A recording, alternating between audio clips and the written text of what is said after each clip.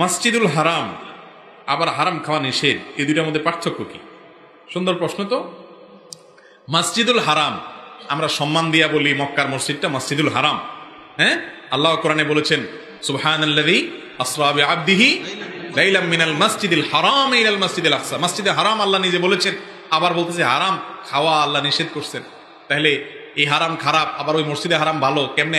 একই হারাম এখানে ভালো এখানে খারাপ কেমনে হয়ে যায়? সুন্দর প্রশ্ন।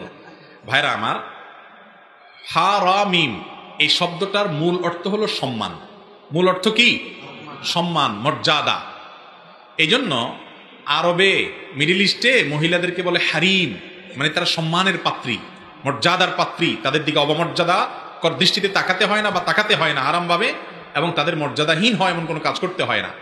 হারিম বলা হয়। এই হুরমত শব্দের অর্থ হলো সম্মান। মূলত মসজিদুল হারাম সম্মানিত মসজিদ বলে, এটা তো বুঝলাম।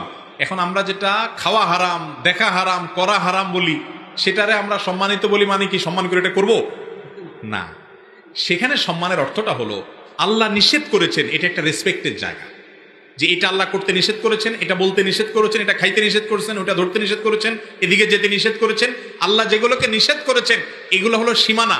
এই সীমানাটা লঙ্ঘন করাটা আল্লাহর সম্মানার্থে উচিত না। আমরা এই কাজটা কেন করি না? আল্লাহর সম্মানে করি না। আল্লাহর নিষেধের